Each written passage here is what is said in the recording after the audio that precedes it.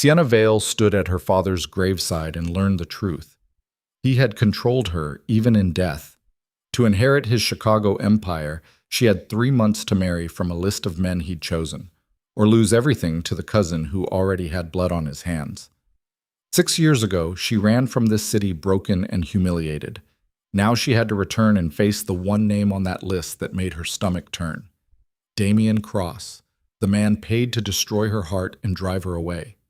This time, she wouldn't run. This time, she'd burn the whole game down. If you want to see how far a woman can go when she stops being afraid, stay with me until the end. Hit that like button and comment with your city, so I can see how far this story travels. Men. The rain came down like nails on the day they buried Marcus Vale. Sienna stood at the edge of the grave, her black dress clinging to her legs, her heels sinking into the mud. She didn't cry. She hadn't cried since she was 22 years old, the night she left Chicago with nothing but a suitcase and a shattered sense of who she was. 6 years later, she was back, and the city felt like it was watching her through the downpour, waiting to see if she'd break again. Behind her, the crowd murmured. Expensive suits, designer umbrellas, faces she half remembered from a life she'd worked hard to forget. Her father's empire had drawn them here like flies to a carcass, business partners, political allies, men who smiled and shook hands while their other hand gripped a knife. Marcus Vale had built his fortune on real estate, construction contracts, and connections that ran so deep into Chicago's underbelly that no one dared ask questions. He was feared, he was untouchable, and now he was dead. Sienna felt nothing. Maybe that made her a terrible daughter. Maybe it made her smart. Miss Vale. She turned. A man in his 60s stood beside her, holding a black umbrella over both their heads. Gerald Moss, her father's lawyer. He had the kind of face that never showed emotion, the kind of voice that delivered bad news like he was reading a grocery list. "We need to speak," he said, privately. She glanced at the grave one last time. They were lowering the casket now, the ropes creaking under the weight. "Fine." Gerald led her away from the crowd, past rows of headstones slick with rain, to a black car parked on the narrow cemetery road. The driver opened the door. Sienna slid into the back seat and Gerald followed. The door closed, sealing them in silence. He pulled a leather folder from his briefcase and set it on his lap. "Your father left very specific instructions." "I'm sure he did." Gerald's mouth twitched. Almost a smile. Almost. "The estate is substantial. The company, the properties, the investments, all of it goes to you." Sienna stared at him. "What's the catch?" "You must marry within 3 months." The words landed like a slap. She blinked, then laughed, sharp, bitter. "You're joking." "I'm not." Gerald opened the folder and handed her a single sheet of paper. "Your father believed that a woman of your age and position should not manage such an empire alone. He felt a husband would provide stability." Sienna's hands shook as she took the paper. It was a list, 10 names. Men she didn't know, men she didn't care about. And then, halfway down, Damian Cross. Her breath stopped. "No," she whispered. Gerald didn't react. "If you fail to marry within the allotted time, or if you marry someone not on this list, the estate transfers to your cousin, Elliot Vale." Your father was very clear. Sienna crumpled the paper in her fist. Her pulse hammered in her ears. "Elliot? That backstabbing piece of your father believed Elliot would be a suitable steward if you proved unwilling to comply." "Unwilling to comply?" She laughed again, but it came out choked. "He's dead, and he's still pulling the strings." Gerald's expression didn't change. "You have 3 months, Miss Vale. The clock starts today." She looked out the window. The rain blurred the world into streaks of gray. Somewhere out there, Elliot was probably already making calls, already lining up allies, already preparing to take what he thought he deserved. And Damian? She couldn't think about Damian. Not yet. "What happens if I walk away?" she asked quietly. "Then you inherit nothing. Elliot gets everything. And you?" Gerald hesitated. "You go back to whatever life you've built in New York." Sienna closed her eyes. That life. Her small apartment in Brooklyn. Her job at a marketing firm where no one knew her last name or cared who her father was. It was quiet. It was safe. It was hers. But it wasn't power. And power was the only thing that mattered in Chicago. She opened her eyes and met Gerald's gaze. I'll do it. You'll marry? I'll marry. She smoothed the crumpled paper against her thigh, staring at the list of names. But I'm choosing the groom. Bob. The Vale family estate sat on the edge of Lake Michigan, a sprawling mansion of stone and glass that looked more like a fortress than a home. Sienna had grown up here. She knew every hallway, every hidden corner, every room where her father had made deals that changed the city. She hated it. But tonight, it was full of people. The wake had turned into something uglier. A parade of power players sizing each other up, testing alliances, whispering about what came next. Sienna moved through the crowd like a ghost, her face blank, her mind racing. She could feel their eyes on her. They knew. Somehow, they already knew about the will. Sienna. She turned. Elliot Vale stood in front of her, champagne glass in hand, his smile sharp enough to cut. He was 3 years older than her, handsome in a cold, calculated way, and he'd spent his entire life resenting the fact that Marcus had a daughter. I'm so sorry for your loss, he said, his voice dripping with false sympathy. Are you? His smile widened. I know this must be overwhelming, losing your father, coming back to the city, all these expectations. He leaned in, lowering his voice. If you need help, Sienna, you just have to ask. I'd be happy to take some of the burden off your shoulders. She stared at him. The burden, the company, the properties. It's a lot for someone who's been gone for 6 years. He tilted his head. You've built a nice life in New York, haven't you? Quiet, simple. Maybe that's where you belong. Sienna took a step closer, close enough that she could see the flicker of surprise in his eyes. You want the empire, Elliot. Fine, but you're not getting it by pretending to care about me. His smile faltered. I'm trying to help. You're trying to steal. She kept her voice low, calm. And if you think I'm going to hand it over because Daddy didn't think I was strong enough, you don't know me at all. Elliot's jaw tightened. For a moment, the mask slipped, and she saw the rage underneath. Then he smiled again, cold and sharp. 3 months, Sienna. That's all you've got. And we both know you won't last. He walked away, disappearing into the crowd. Sienna's hands were shaking. She grabbed a glass of wine from a passing server and drank half of it in one gulp. She needed air. She needed space. She needed Sienna Vale. The voice came from behind her, deep, smooth, familiar. She froze. Slowly, she turned. Damian Cross stood 3 feet away, hands in the pockets of a tailored black suit, his dark eyes locked on hers. He looked the same. Older, maybe. Harder. But the same. Sharp jawline, broad shoulders, the kind of presence that made a room go quiet when he walked in. 6 years ago, she'd loved him. 6 years ago, he'd destroyed her. What are you doing here? She asked, her voice barely steady. Paying my respects. His gaze didn't waver. Your father was a complicated man. You didn't know him. I knew him well enough. Sienna's chest tightened. She wanted to scream. She wanted to throw the wine in his face. She wanted to ask why he'd done it, why he'd taken the money, why he'd humiliated her in front of everyone she knew and then walked away like it meant nothing. But she didn't, because she wasn't that girl anymore. You should leave, she said quietly. Damian didn't move. I heard about the will. Her blood went cold. How? Chicago's a small city, Sienna. People talk. He took a step closer. You need a husband. I'm on the list. Get out. Listen to me. I said get out. Her voice cracked, and she hated herself for it. Damian studied her for a long moment. Then he nodded, once, and stepped back. When you're ready to stop pretending you have a choice, call me.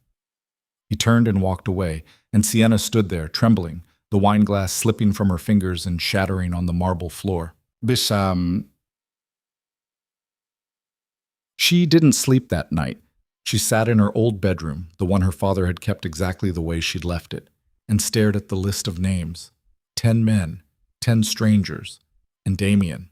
She could marry one of the others, find someone weak, someone she could control, someone who wouldn't ask questions. But that would take time. Time to vet them. Time to negotiate. Time to make sure they wouldn't turn on her the moment the ink dried on the marriage certificate. And she didn't have time. Elliot was already moving. She could feel it. By morning, he'd have half the board on his side. By the end of the week, he'd be positioning himself as the rightful heir. And if she didn't act fast, she'd lose everything before the 3 months were up. She looked at Damien's name again. He was dangerous. He was ruthless.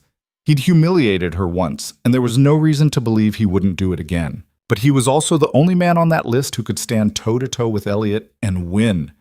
Sienna picked up her phone. Her hands were shaking. She hated herself for what she was about to do. But she did it anyway. She sent a text to the number she'd kept buried in her contacts for 6 years. "We need to talk." The reply came 30 seconds later. "Tomorrow, noon. The Peninsula. Don't be late." Sienna set the phone down and stared at the ceiling. She was about to make a deal with the devil, and this time she wouldn't let him break her. The Peninsula Hotel sat in the heart of downtown Chicago, all glass and gold and money. Sienna arrived 10 minutes early, dressed in a sharp gray suit that made her look colder than she felt. She didn't want to seem desperate. She didn't want to seem weak. She was neither. Damien was already there, sitting at a corner table in the restaurant, a cup of black coffee in front of him. He stood when he saw her, pulling out her chair like a gentleman. She didn't thank him. "You're punctual," he said as she sat down.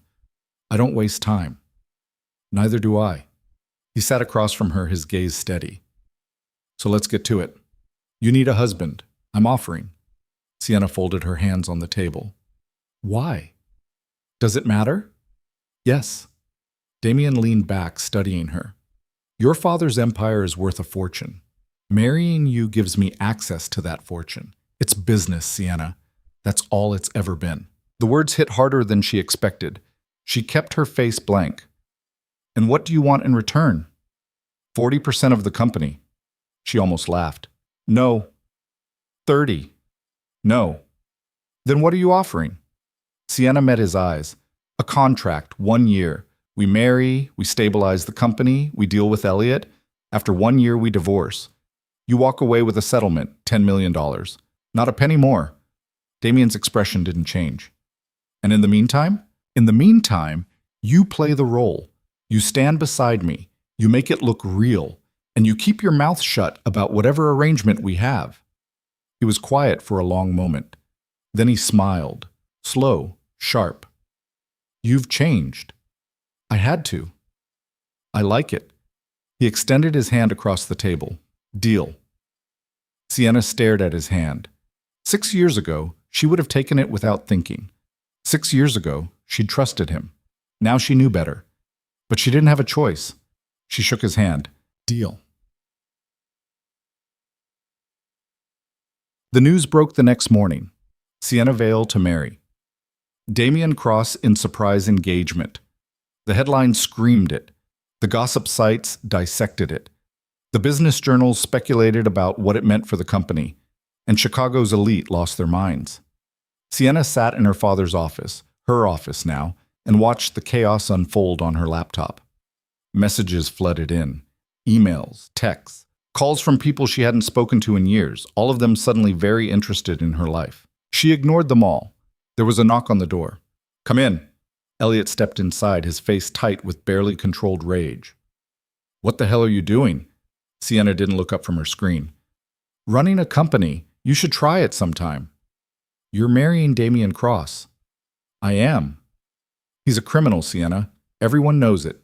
She finally met his eyes. "So was Dad." Elliot's jaw clenched. "This is a mistake." "Maybe. But it's my mistake to make." She stood, crossing her arms. "And unless you have something useful to say, I suggest you leave." Elliot stepped closer, his voice dropping to a dangerous whisper. "You think you're so smart. You think marrying that bastard is going to save you, but you don't know what you're getting into." Sienna smiled, cold and sharp. "Neither do you." Elliot stared at her for a long moment. Then he turned and walked out, slamming the door behind him. Sienna exhaled slowly. Her hands were shaking again. She hated that they were shaking, but she couldn't stop now. She'd made her choice, and there was no going back. The engagement party was Damien's idea. "We need to make it public," he'd said over the phone. "Show the city we're united. Show Elliot he's already lost." Sienna had agreed, even though the thought of standing in a room full of people and pretending to be in love made her stomach turn. The party was held at the Vale Estate, because of course it was. 200 guests, an orchestra, champagne that cost more per bottle than most people made in a month. Sienna wore a white dress that clung to her like armor, her hair pulled back, her makeup flawless. She looked like a bride. She felt like a prisoner. Damien met her at the entrance, offering his arm. He looked devastating in a black tuxedo, his dark hair slicked back, his expression unreadable. "Ready?" he asked. "No," he smiled. "Good. Neither am I." They walked in together, and the room erupted in applause. Sienna forced herself to smile. She let Damien guide her through the crowd, shaking hands, accepting congratulations, playing the role. And all the while, she could feel Elliot's eyes on her from across the room, burning, furious, dangerous. An hour into the party, Damien pulled her aside. "We need to talk," he said quietly. "Now?" "Now." He led her out onto the terrace, away from the noise and the people. The night air was cool, the city lights glittering below them. Sienna crossed her arms. "What is it?" Damien looked at her for a long moment. Then he said, "There's something you need to know." Her stomach dropped. "What?" "Your father—" He hesitated. 6 years ago he came to me.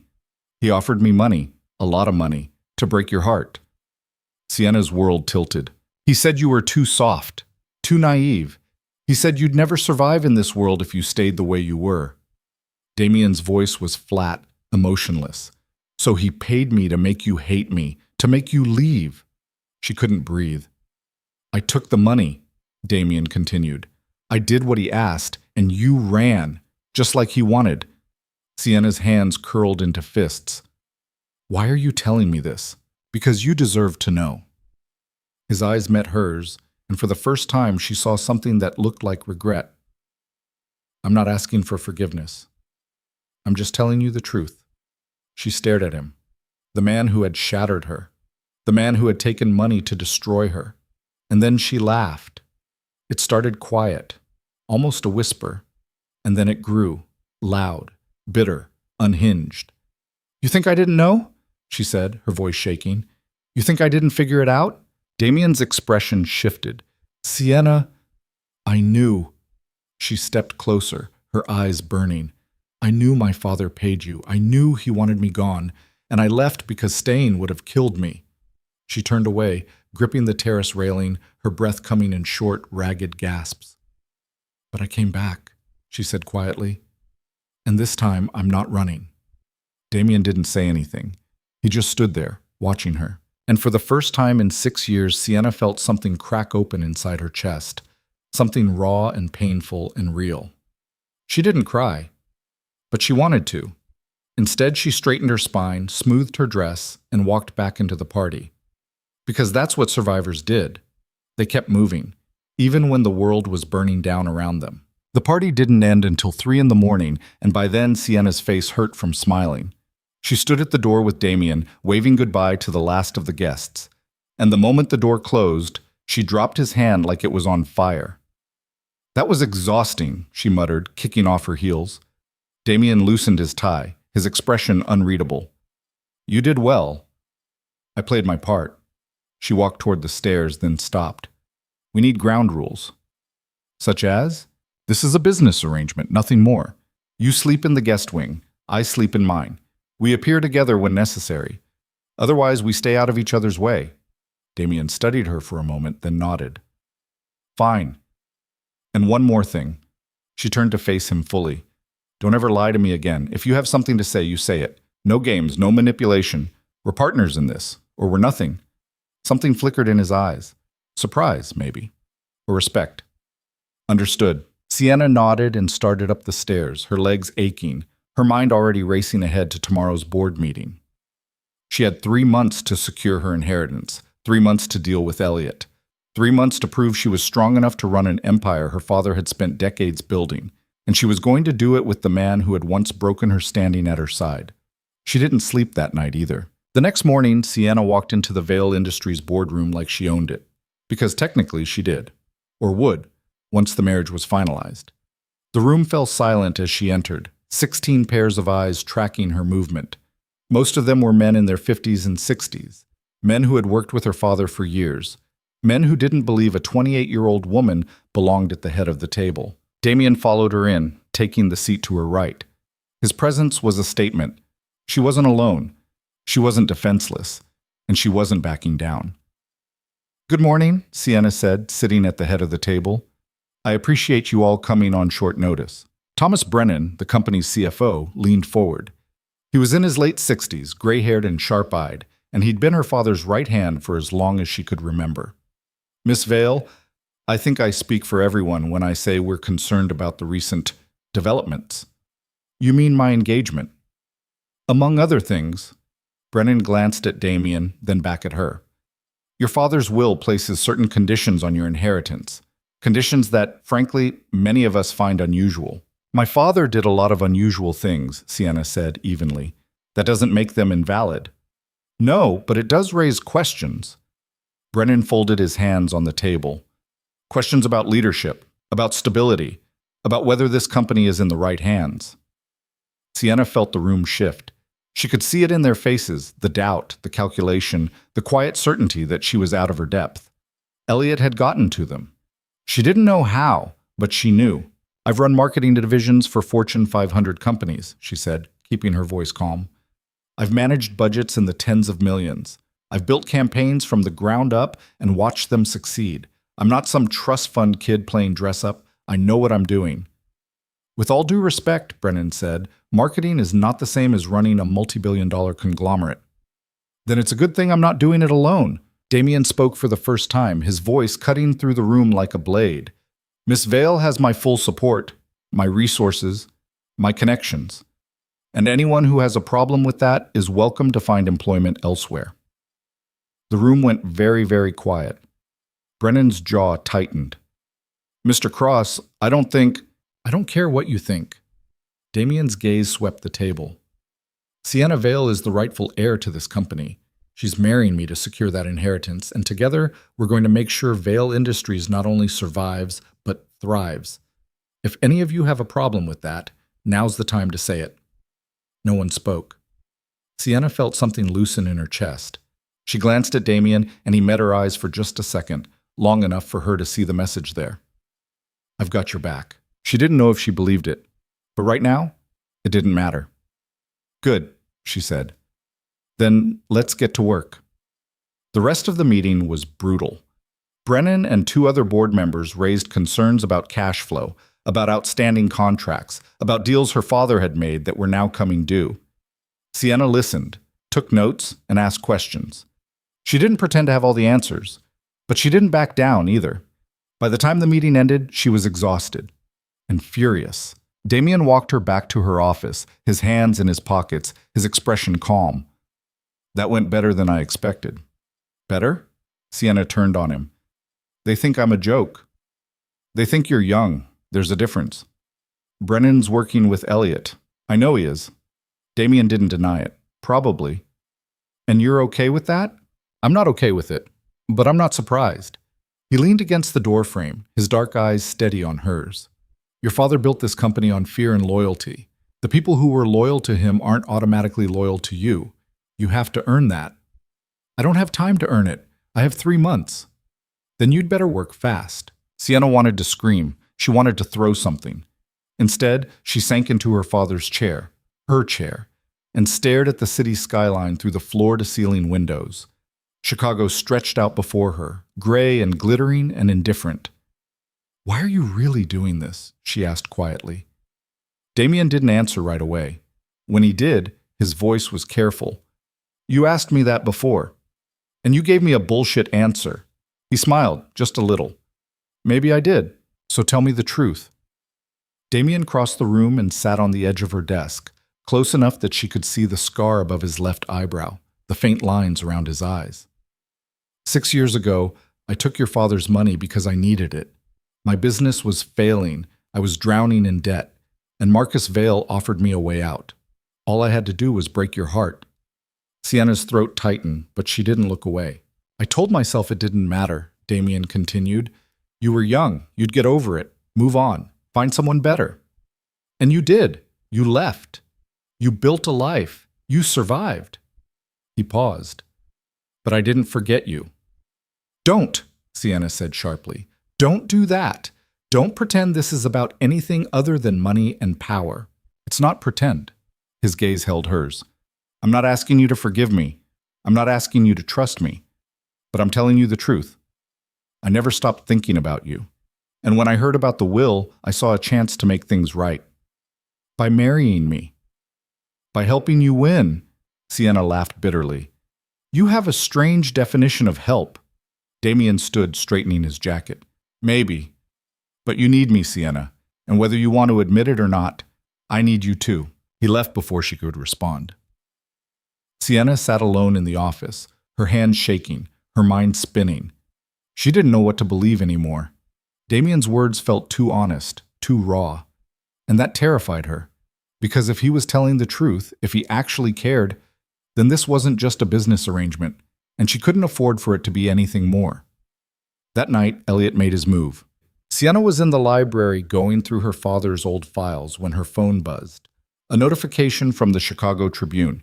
She opened it, and her blood went cold. The headline read, Vale Heiress Deemed Unfit, Mental Health Concerns Raised by Family Insider. The article was vicious. It cited anonymous sources claiming Sienna had a history of instability, that she'd fled Chicago 6 years ago after a nervous breakdown, that she was only marrying Damien Cross because she couldn't handle the pressure of running the company alone. There were quotes from people who claimed to know her, who said she was erratic, impulsive, dangerous. It was all lies. But it didn't matter. The damage was done. Sienna's hands trembled as she scrolled through the comments. People she'd never met were dissecting her life, calling her weak, calling her crazy. And the business world was already starting to react. Her phone buzzed again, a text from Brennan. We need to discuss this immediately. She threw the phone across the room. The door opened. Damien stepped in, his face grim. You saw it. Of course I saw it. Her voice was shaking. Elliot leaked this. He's trying to destroy me before I even get started. I know. So what do I do? How do I fight this? Damien crossed the room and picked up her phone, checking the screen. You don't fight it, not yet. What? If you respond now, you'll look defensive, guilty. You give the story oxygen. He handed the phone back to her. Let it sit. Let people talk. And then we hit back with something bigger. Like what? Like the truth. Damien's eyes locked on hers. Elliot's been skimming money from the company for years. I have proof. We release it, and he goes from golden boy to criminal overnight. Sienna stared at him. How do you have proof? I've been watching your cousin for a long time. He's sloppy, arrogant. He didn't think anyone would notice. Damien pulled a flash drive from his pocket and set it on the desk. Bank transfers, forged invoices, payouts to shell companies, all of it traceable back to him. Sienna picked up the flash drive, her heart pounding. Why didn't you use this before? Because I was waiting for the right moment. He leaned against the desk. This is the right moment. She wanted to argue. She wanted to ask 1,000 questions, but there wasn't time. Do it, she said. Damien nodded. I'll make the calls. He left, and Sienna sat in the darkened library, staring at the flash drive in her hand. This was war now. Real, ugly, no-holds-barred war. And if she wanted to survive, she had to be willing to destroy her cousin before he destroyed her. She thought about the girl she used to be, the one who believed in fairness and honesty and doing the right thing. That girl was dead. The woman sitting here now was something else entirely. The next morning, the new headlines screamed across every major outlet. Elliot Vale accused of embezzlement. Evidence points to years of financial fraud. The fallout was immediate. The board called an emergency meeting. Investors demanded answers. Federal investigators started asking questions. And Elliot, smug, arrogant Elliot, found himself backed into a corner with nowhere to run. Sienna walked into the boardroom that afternoon with Damien at her side, and this time the atmosphere was different. The doubt was still there, but now it was mixed with fear. Fear of what she was capable of, fear of what she knew. Brennan stood as she entered. Miss Vale, this is highly irregular. Sit down, Thomas. He sat. Sienna took her place at the head of the table, her gaze sweeping over each board member. I'm going to make this very simple. My cousin has been stealing from this company for years. The evidence is incontrovertible. He's facing federal charges, and anyone who stood with him is going to answer for it.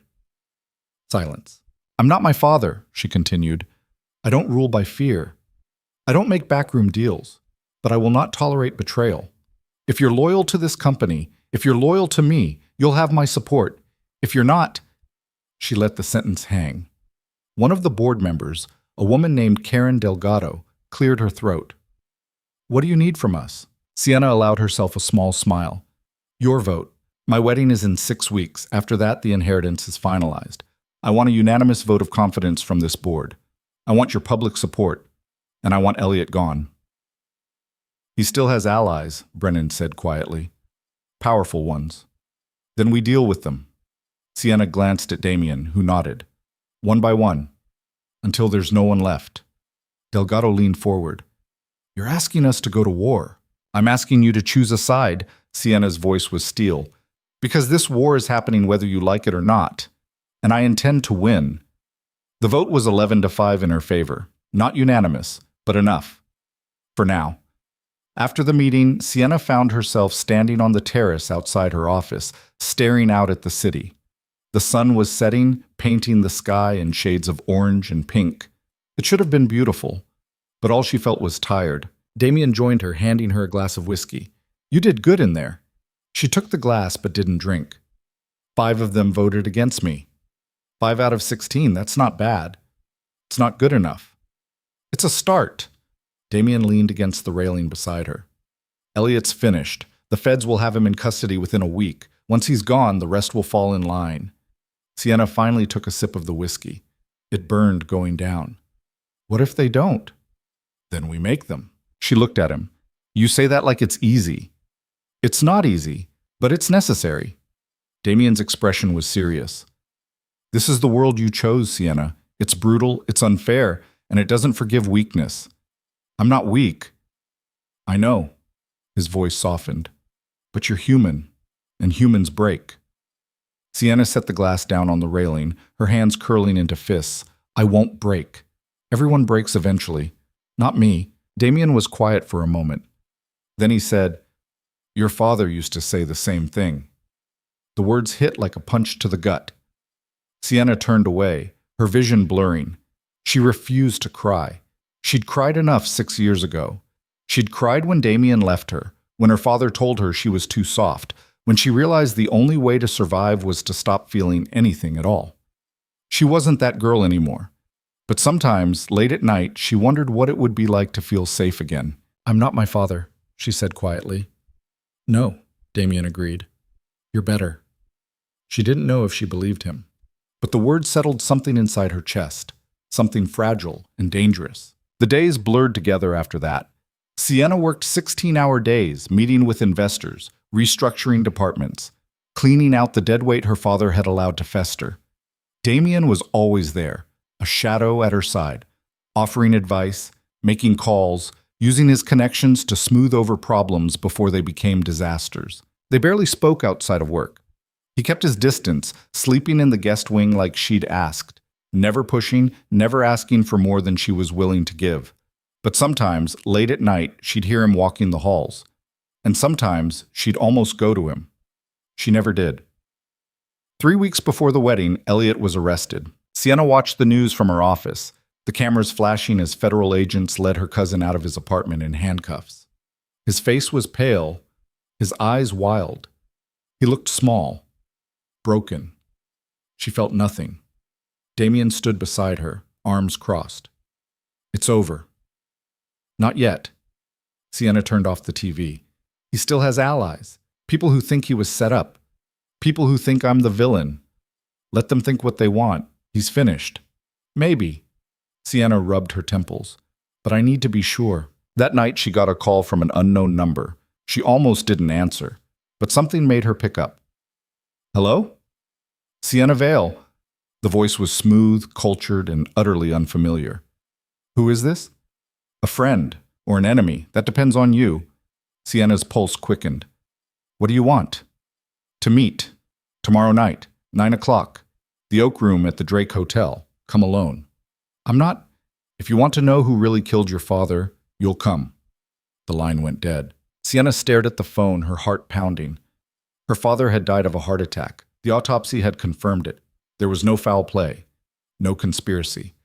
But the voice had sounded so certain. She shouldn't go. It was obviously a trap.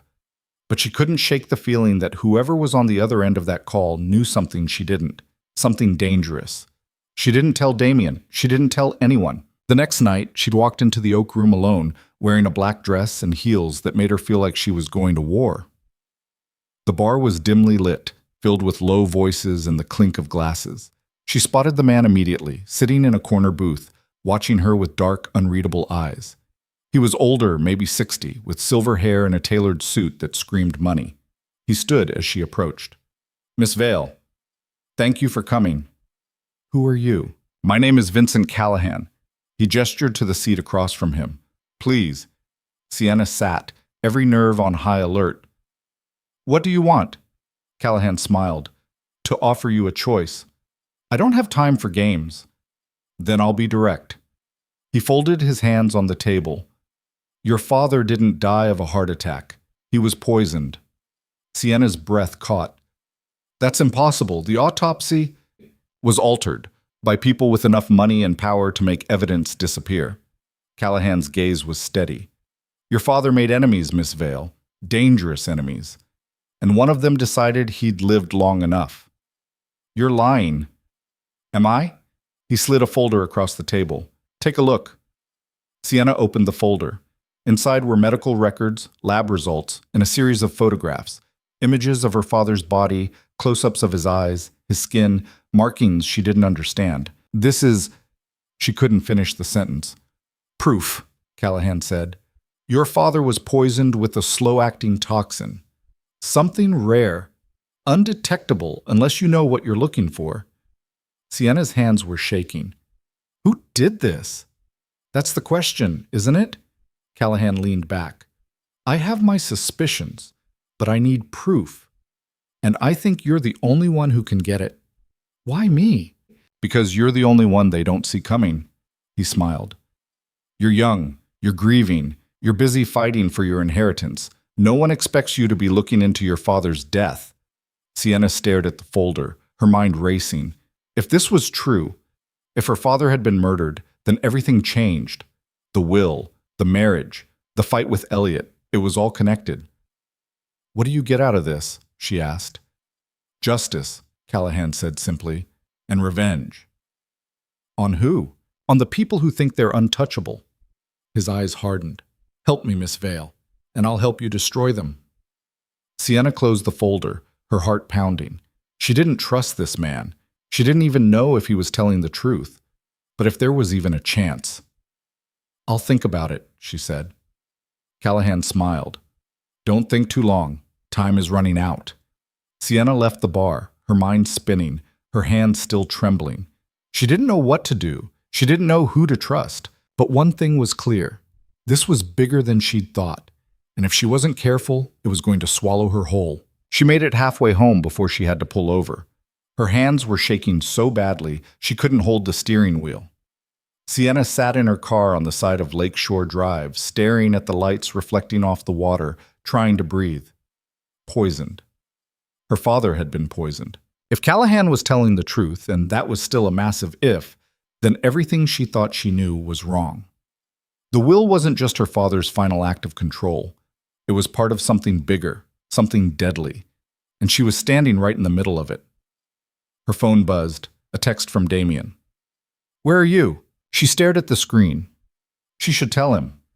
He was her partner in this, whether she liked it or not, but something held her back. If her father had been murdered, then someone close to him had done it. Someone with access, someone he trusted. And Damien had taken money from her father once before. She typed back, "Went for a drive. Be home soon." The reply came immediately. "We need to talk." Sienna closed her eyes. She couldn't deal with him right now, not when her entire world was fracturing. She drove home in silence, the folder from Callahan sitting on the passenger seat like a bomb waiting to go off. When she walked into the estate, Damien was waiting in the foyer. He looked furious. "Where the hell were you? I told you, driving." "For 3 hours?" He stepped closer. You disappeared. No warning. No explanation. I thought something happened. I'm fine. You're not fine. His eyes narrowed. What's going on? Sienna brushed past him, heading for the stairs. Nothing I can't handle. Sienna. She stopped, her hand on the railing. She didn't turn around. If you're in trouble, Damien said quietly, I need to know.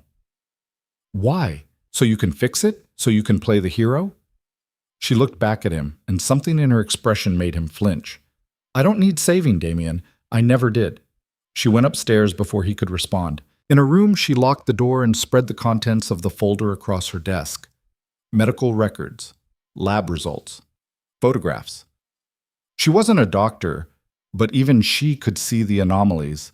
The discoloration in her father's eyes, the strange bruising along his neck, the elevated levels of something called thallium in his blood work. Thallium. She looked it up. A heavy metal. Odorless. Tasteless. Symptoms mimic a heart attack. Death within weeks if administered correctly.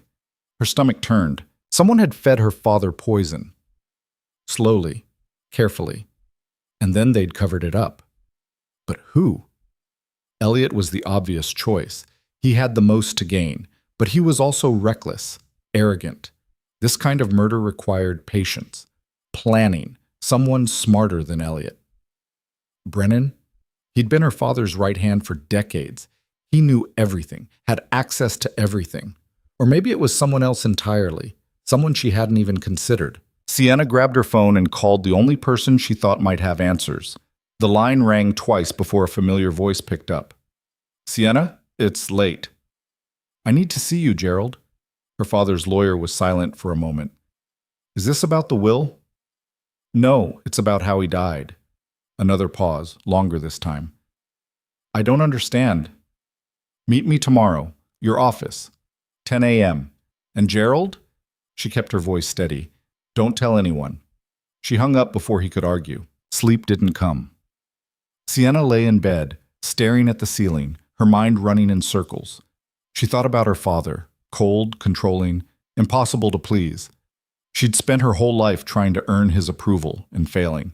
And when she finally gave up and left, he dragged her back with a will designed to trap her. But if he'd been murdered, then maybe the will wasn't about control. Maybe it was about protection. Maybe he'd known someone was coming for him. At 9:55 the next morning, Sienna walked into Gerald Moss's office downtown. The lawyer stood as she entered, his expression carefully neutral. Miss Vale, please, sit. She stayed standing. I need you to be honest with me. I'm always honest. Then tell me the truth about my father's death. She pulled the folder from her bag and set it on his desk. Was it really a heart attack? Gerald's face went pale. He opened the folder, scanning the documents, and his hand started to shake. Where did you get this? Does it matter? Sienna, if this is real, is it? Gerald sank into his chair, suddenly looking every one of his 63 years. I don't know. You're his lawyer. You handled his estate. You must have suspected something. I suspected a lot of things. Gerald rubbed his face. Your father was paranoid in the months before he died. He kept changing his security detail. He stopped eating food prepared by the house staff. He made me rewrite the will 3 times. Why? He said he was protecting you. Sienna's chest tightened. From who? He wouldn't say. But he was terrified, Sienna. I've never seen him like that. Gerald looked up at her. He told me that if anything happened to him, I was to make sure you inherited everything, no matter what. He said you were the only one he could trust. The words hit her like a physical blow. Her father had trusted her. After everything, after years of disappointment and control and manipulation, he'd trusted her. And now he was dead. I need the original autopsy report, Sienna said. The real one, not whatever was filed publicly. Gerald hesitated. If I give you that, you're opening a door you can't close. I know. He studied her for a long moment. Then he unlocked a drawer in his desk and pulled out a sealed envelope. He left this for you. He told me to give it to you if you ever asked about his death. Sienna took the envelope, her hands trembling. Her name was written on the front in her father's sharp, angular handwriting. What's in it? I don't know. He sealed it himself. Gerald's voice was quiet. But Sienna, be careful. Your father made powerful enemies. If they killed him, they won't hesitate to come after you. She left the office with the envelope burning a hole in her bag. She waited until she was back in her car, parked in a secluded corner of the garage, before she opened it. Inside was a single sheet of paper and a USB drive. The note was brief. If you're reading this, I'm dead. Trust no one, especially not the people closest to you. The drive has everything you need. Finish what I started. Sienna's hand shook as she plugged the USB drive into her laptop. A single folder appeared labeled Blackstone. She opened it. What she found made her blood run cold. Files. Dozens of them. Financial records. Emails, recorded phone calls. Evidence of a conspiracy that stretched back decades. A network of politicians, crime bosses, and corporate executives working together to control Chicago from the shadows. And at the center of it all was an organization called Blackstone. Her father had been investigating them, collecting evidence, building a case, and they'd killed him for it. Sienna scrolled through the files, her stomach churning. She recognized names, faces, people her father had done business with, people she'd met at parties, at board meetings, at his funeral. One name appeared more than any other, Victor Kane. She knew that name. Kane was one of the most powerful crime bosses in the city, untouchable, ruthless. Her father had partnered with him on several construction projects over the years, and according to these files, Kane was Blackstone's enforcer. Sienna closed the laptop, her mind racing. This was bigger than Elliot, bigger than the will. Her father had been trying to take down an entire criminal empire, and it had gotten him killed. And now she had the evidence. The question was, what was she going to do with it? She couldn't go to the police. Half the names in those files were cops, judges, prosecutors. Blackstone had bought the entire system. She couldn't go public. They'd bury her before the story even broke. She needed help, real help, from someone who understood how this world worked. She needed Damien. That night, she told him everything.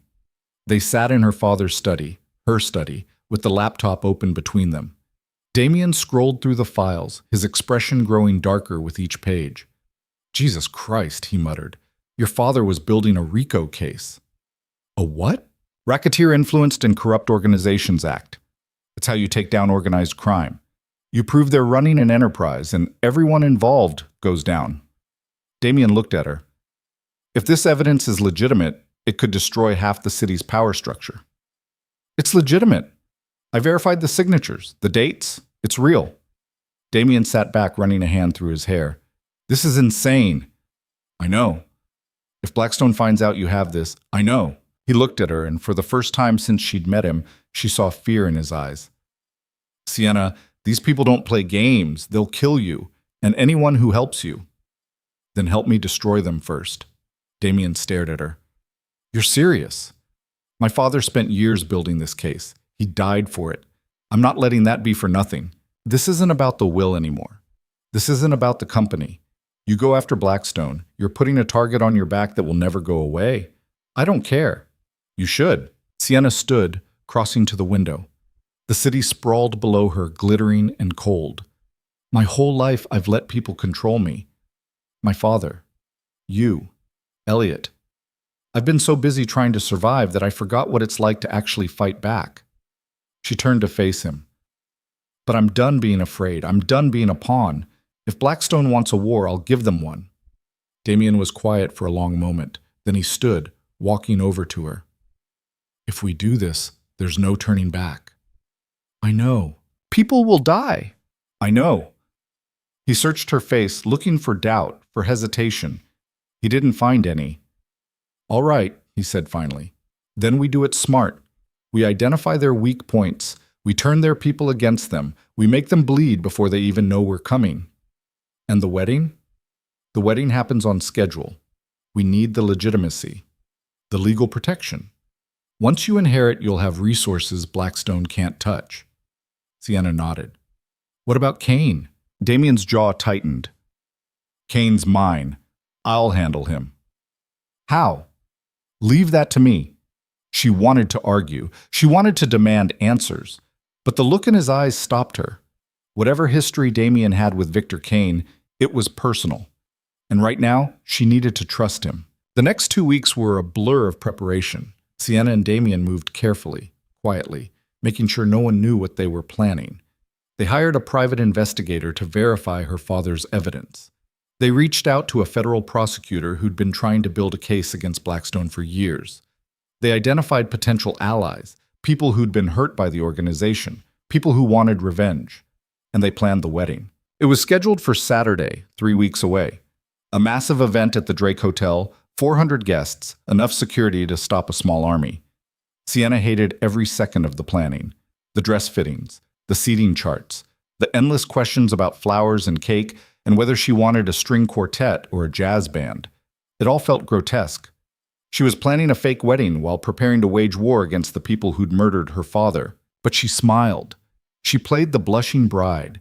She let the planners fuss over her. And at night, she and Damien strategized. "We hit them at the construction sites first," Damien said one evening, spreading blueprints across the dining room table. "Blackstone runs their money laundering operation through Kane's development projects. We get the feds to raid 3 sites simultaneously, freeze the accounts, seize the assets. That'll get their attention. That's the point. We want them scrambling, panicking, making mistakes." Sienna studied the blueprints. What about retaliation? They'll come after us. But by then, we'll have enough evidence in federal hands that killing us won't stop the investigation. Damien looked at her. It's not foolproof, but it's the best chance we've got. When do we move? The day after the wedding. We'll be legally married. You'll have full control of the estate, and we'll have the leverage we need. Sienna nodded. Her stomach was in knots, but her hands were steady. What about Callahan? What about him? He gave me the first clue. He wants revenge on Blackstone. Maybe we can use him. Damien's expression hardened. Vincent Callahan is a snake. He's only helping you because it serves his interests. So? We're using each other. That's how this works, isn't it? It's different with him. He's got his own agenda, and if it conflicts with ours, he'll sell you out in a heartbeat. Sienna met his eyes. Then we make sure it doesn't conflict. Damien didn't look convinced, but he didn't argue. 3 days before the wedding, Sienna got a call from an unknown number. She almost didn't answer, but something made her pick up. Miss Vale. The voice was smooth, cultured, and utterly terrifying. She recognized it immediately. Victor Kane. How did you get this number? She asked, keeping her voice steady. I know a lot of things, Miss Vale, including what you've been doing. Her blood went cold. I don't know what you're talking about. Don't insult my intelligence. Kane's voice was calm, almost amused. You have something that belongs to me, and I want it back. I don't have anything of yours. The files your father compiled, the evidence. I know you have it, and I know you're planning to use it. Sienna's heart hammered. How did he know? They'd been so careful. Here's what's going to happen, Kane continued. You're going to hand over those files, all of them, and in exchange, I'll let you walk away. You get to keep your company, your money, your pretty little life, and we forget this ever happened.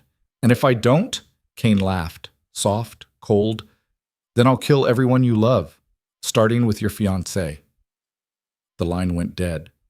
Sienna stood frozen, the phone still pressed to her ear. They knew. Blackstone knew everything, and they were coming. She found Damien in the garage, loading boxes into his car. We have a problem. He looked up. What kind of problem? Kane called. He knows about the files. Damien's face went white. How? I don't know, but he wants them. And if we don't hand them over, he's going to kill you. Damien set the box down, his jaw tight. We don't negotiate with people like Kane. He threatened you. I don't care. Well, I do. Sienna's voice cracked. Damien, if something happens to you, nothing's going to happen to me. You don't know that. He crossed the garage and took her by the shoulders. Listen to me. Kane is bluffing. He's trying to scare you into making a mistake. But if we give him those files, we're dead anyway.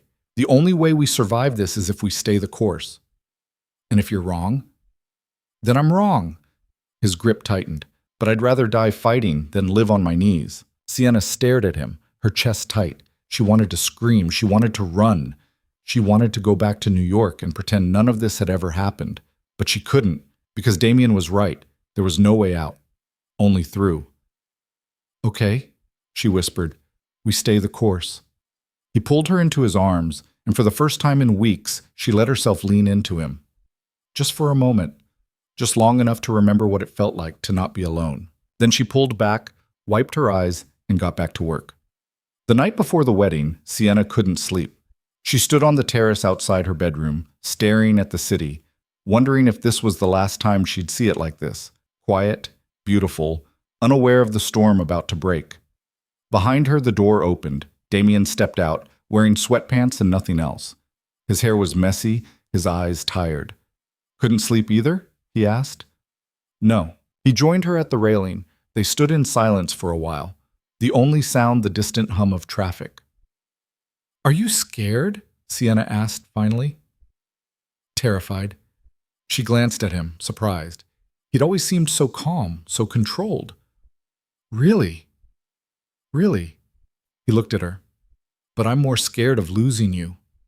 Sienna's breath caught. Damien, I know you don't want to hear this. I know you think this is just a contract, just business, but it's not. Not for me. He turned to face her fully. I was an idiot 6 years ago. I took the money because I was desperate, and I convinced myself it didn't matter, but it did, and I've regretted it every day since. Why are you telling me this now? Boy, because tomorrow we're getting married, and if we don't survive what comes next, I need you to know. His hand reached up, brushing a strand of hair from her face. I never stopped caring about you, Sienna, and I never will. She should have pulled away. She should have reminded him that this was fake, that they were partners, nothing more. But she didn't. Instead, she kissed him. It was desperate, messy. 6 years of hurt and anger and longing all crashing together. Damien's hands tangled in her hair, pulling her closer, and Sienna let herself feel, really feel, for the first time in years. When they finally broke apart, they were both breathing hard. This doesn't change anything, Sienna whispered. I know. We're still just... I know. But they both knew it was a lie. The wedding was set for 2 in the afternoon. 400 guests. A ceremony in the grand ballroom. Security everywhere. Sienna stood in the bridal suite, staring at herself in the mirror. The dress was beautiful, ivory silk, off the shoulder, elegant and simple. She looked like a bride. She felt like a soldier going to war. There was a knock on the door. Karen Delgado stepped in, looking worried. Sienna, we have a situation. What kind of situation? 3 men just arrived. They're not on the guest list. Security stopped them, but they're demanding to speak with you. Sienna's stomach dropped. Who are they? They won't say, but they're carrying an envelope. They say it's urgent. Sienna followed Karen downstairs. The 3 men were standing in the lobby, flanked by security guards. They were dressed in expensive suits, their faces blank. One of them stepped forward, holding out a manila envelope. Miss Vale, this is for you. She took it, her hands shaking. Who sent you? You'll know when you open it. They turned and left before she could ask anything else. Sienna ripped open the envelope. Inside was a single photograph. It was Damien, tied to a chair, blood on his face. And standing behind him, smiling at the camera, was Victor Kane. On the back of the photo, scrawled in red ink, the files. Or he dies. You have 1 hour. Sienna's world tilted. She looked up, scanning the lobby. Where's Damien? Karen's face went pale. I thought he was with you. Find him, now! Security scattered. Sienna ran back upstairs, her heart pounding, her mind racing.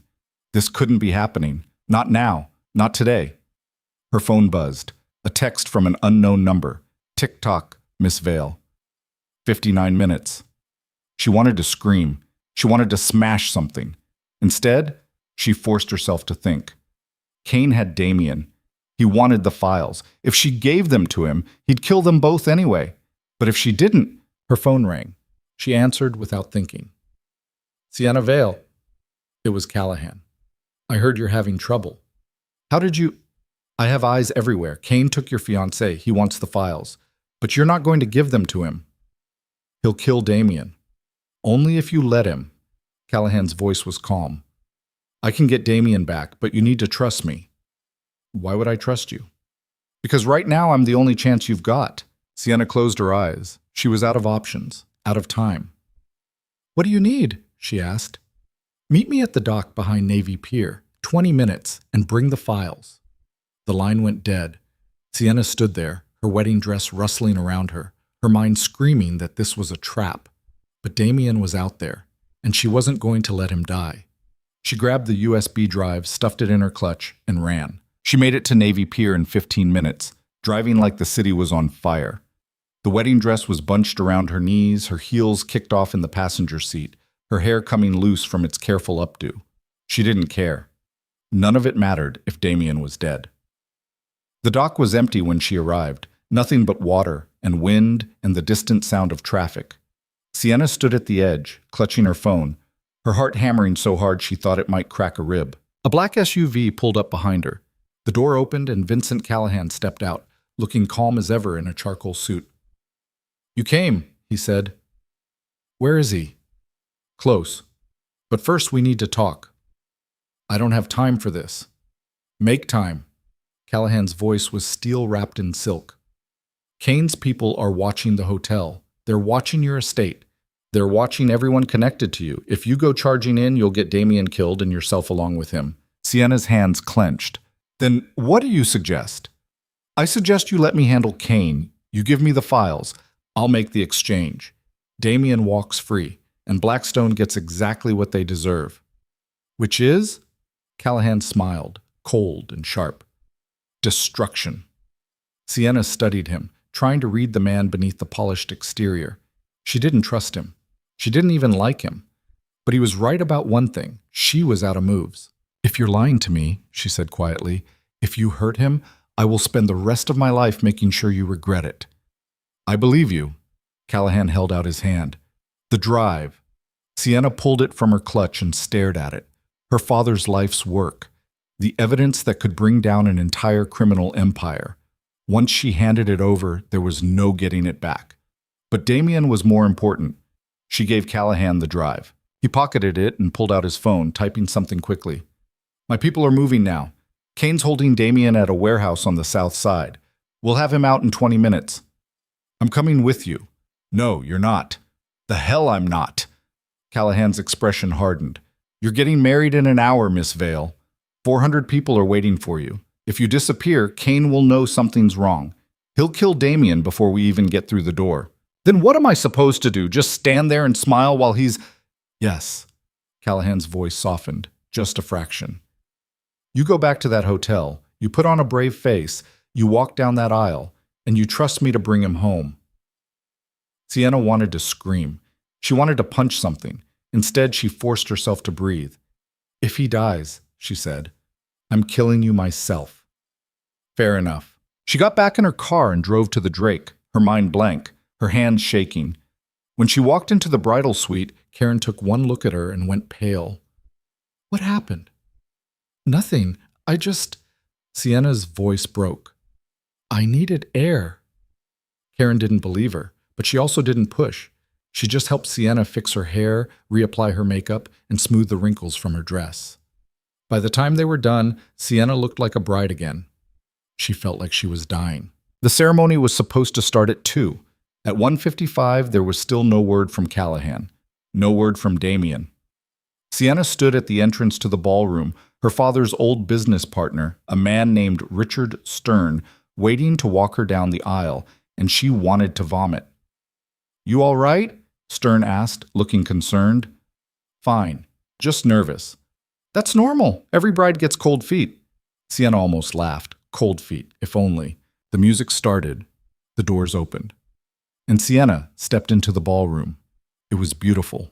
White flowers everywhere, candles flickering in crystal holders, 400 people standing, watching her, smiling. At the altar, a minister waited, his expression kind and patient. But the space beside him, where Damien should have been standing, was empty.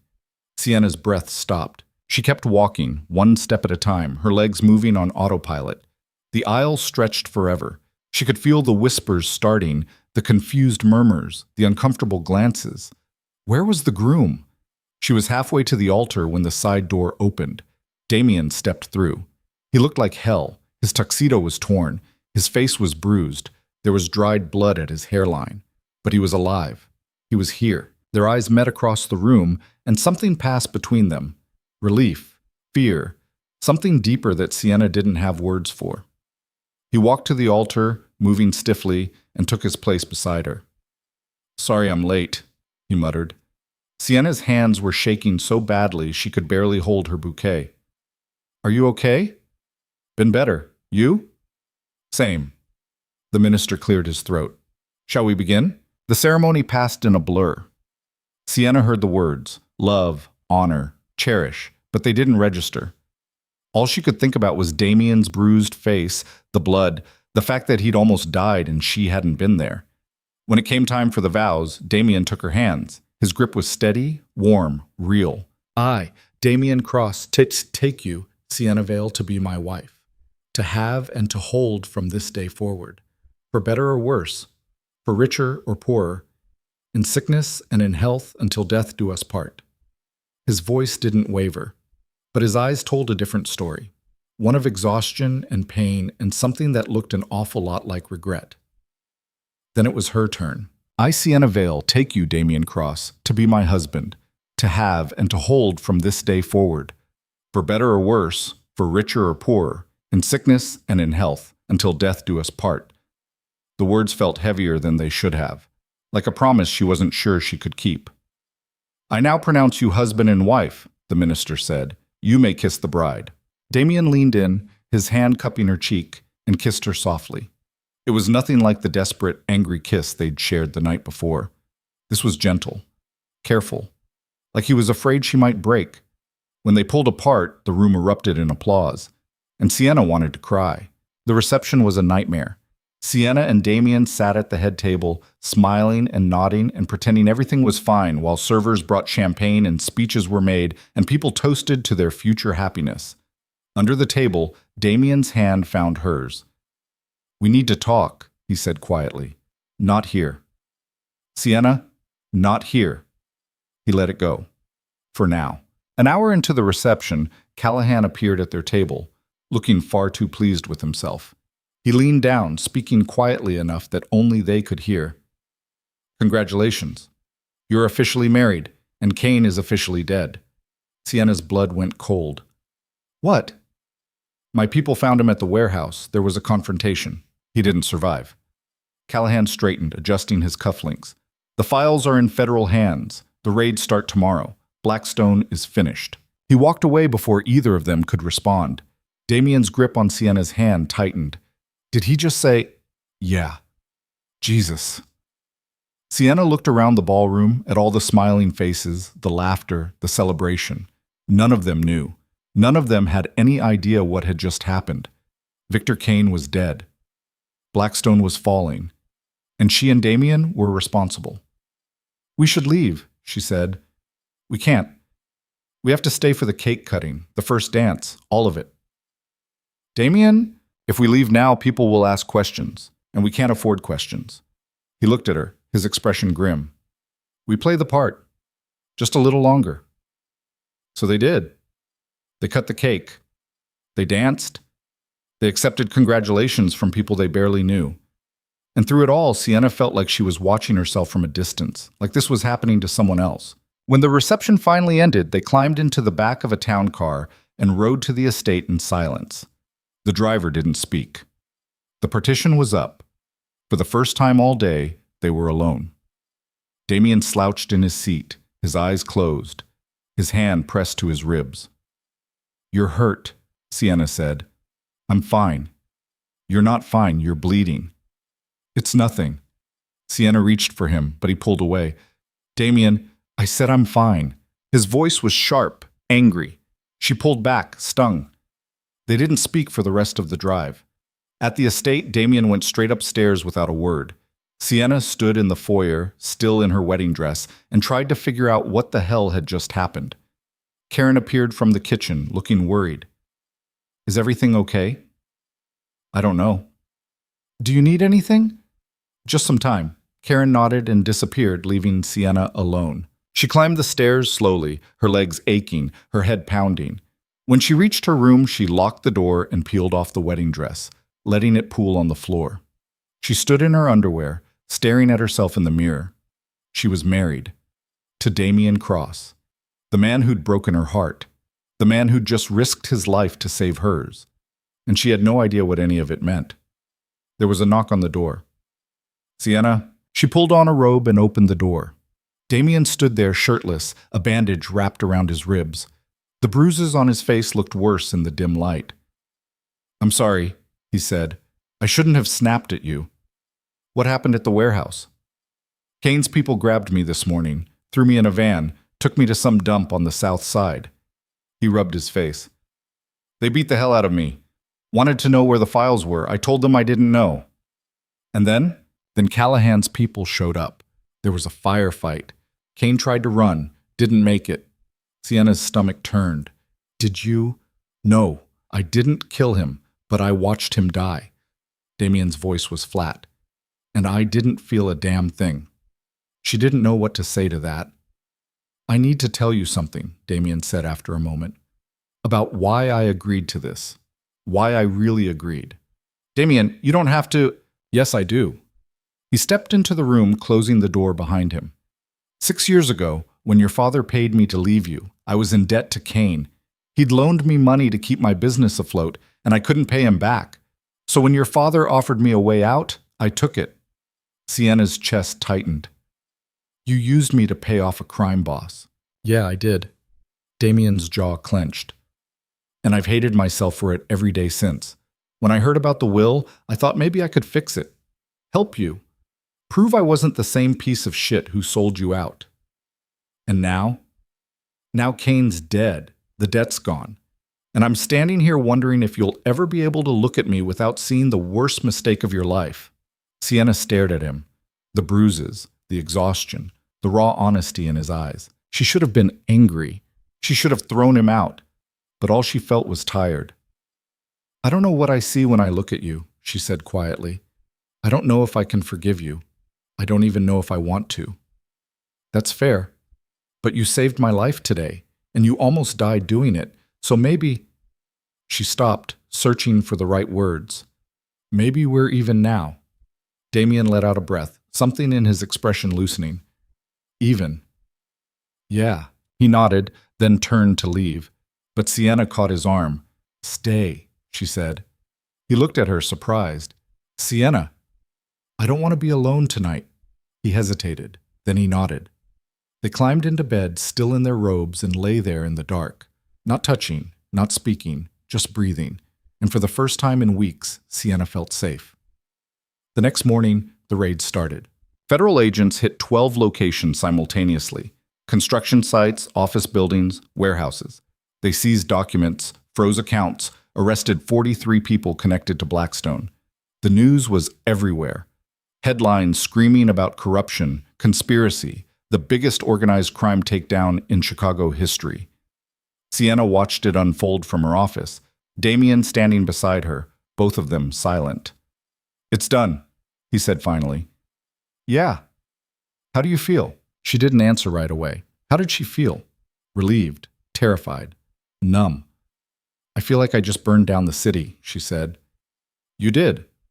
But you'll rebuild it." "Will I?" Damian looked at her. "You're Sienna Vale. You don't have a choice." He was right. She didn't. That afternoon, the board held an emergency meeting. Brennan stood at the head of the table, looking older and more tired than Sienna had ever seen him. "Miss Vale," he said, "in light of recent events, I believe it's time we address the leadership question." Sienna met his gaze. "What question?" "Whether you're capable of running this company." The room went silent. Sienna stood slowly, her hands flat on the table. "Thomas, I've spent the last 6 weeks cleaning up the mess my father left behind. I've dealt with a hostile takeover attempt by my cousin. I've exposed a criminal conspiracy that's been operating in this city for decades, and I've done it all while planning a wedding and inheriting a company I didn't ask for." She leaned forward. "So when you ask me if I'm capable, the answer is yes. I'm more than capable. I'm the only one who can do this job."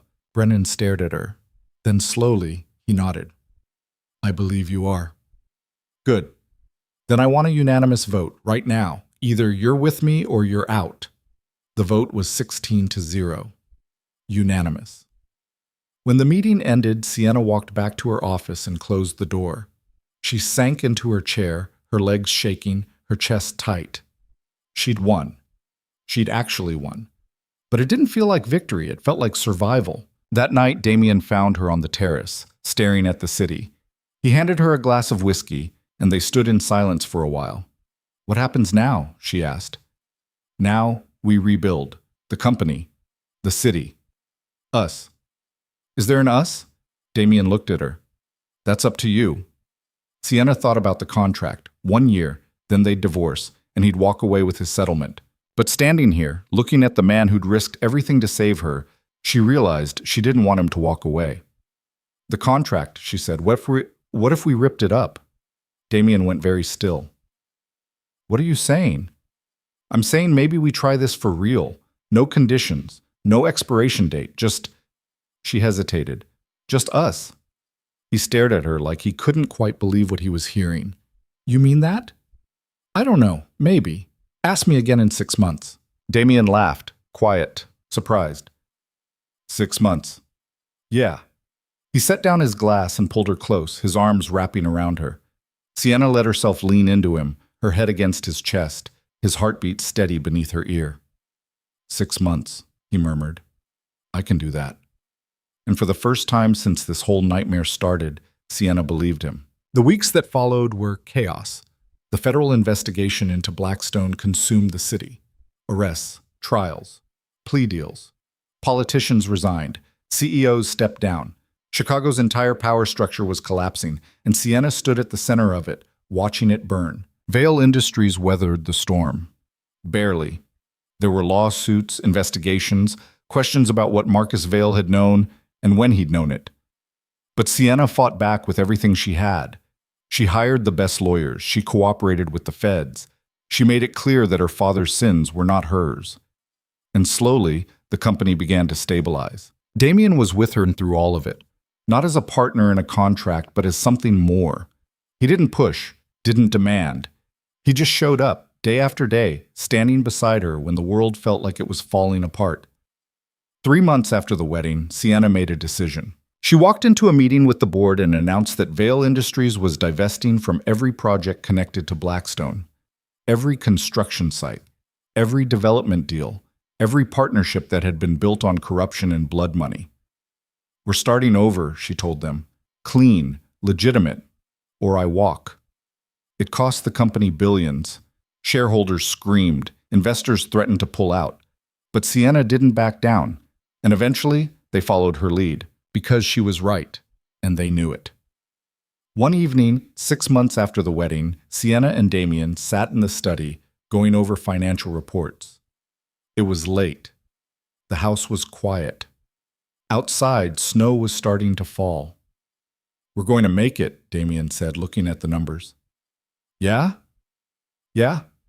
It'll take time, but we're going to make it." Sienna leaned back in her chair, exhausted but satisfied. "You know what the weirdest part is?" "What?" "I actually like this. Running the company, making decisions, building something." Damien smiled. "Your father would be proud." "I don't care if he's proud." Sienna met his eyes.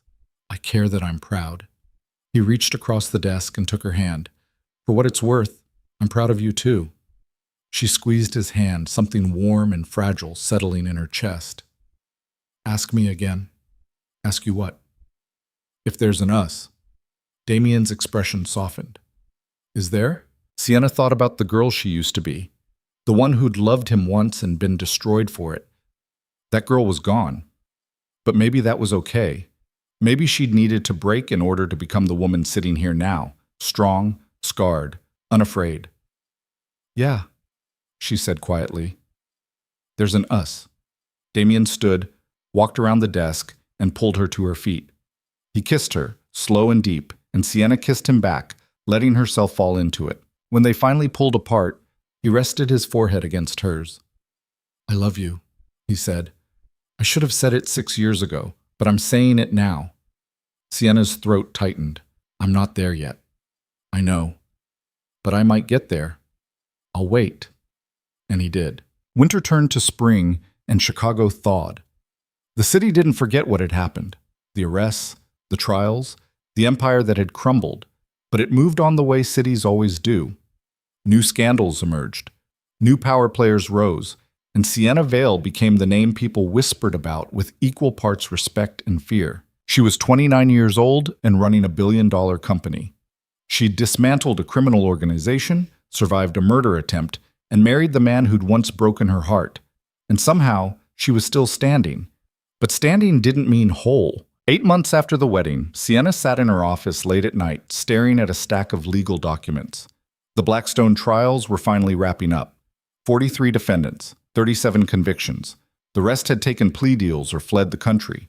Elliot was serving 15 years in a federal prison.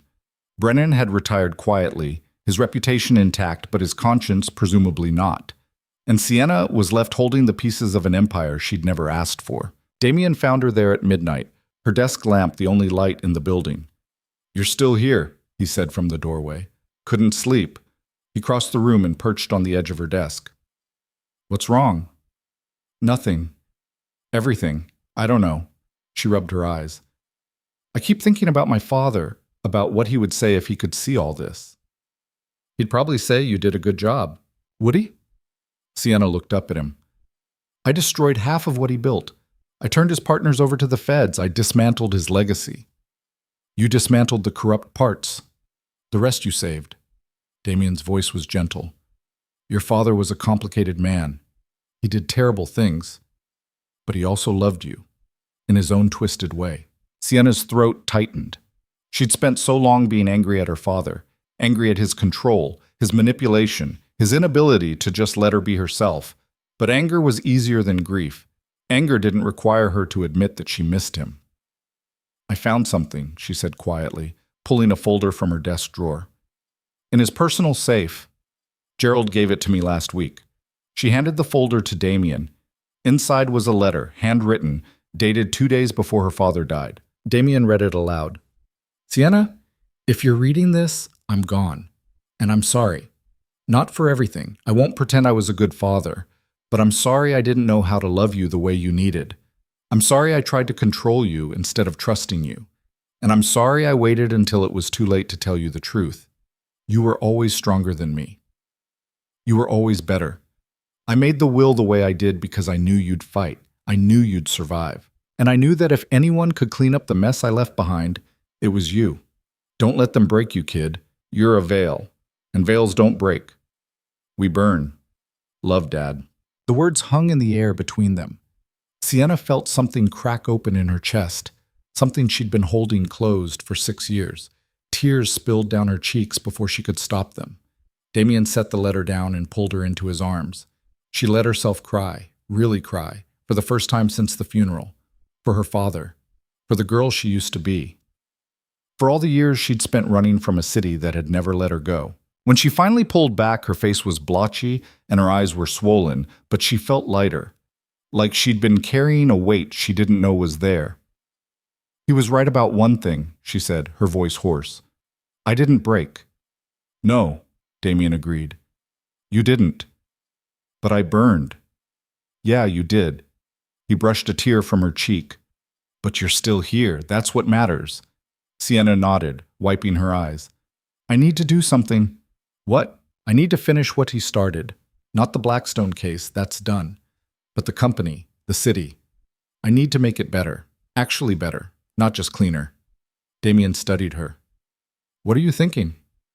"I'm thinking we take the money we pulled out of the corrupt projects and we invest it back into Chicago.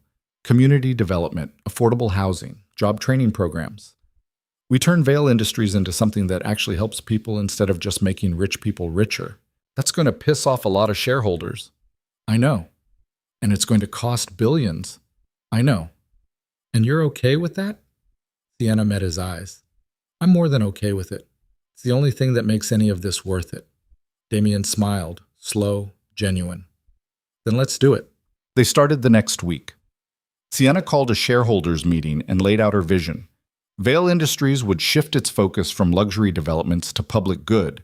They'd partner with nonprofits, invest in underserved neighborhoods, create jobs for people who'd been shut out of the system. It wasn't charity.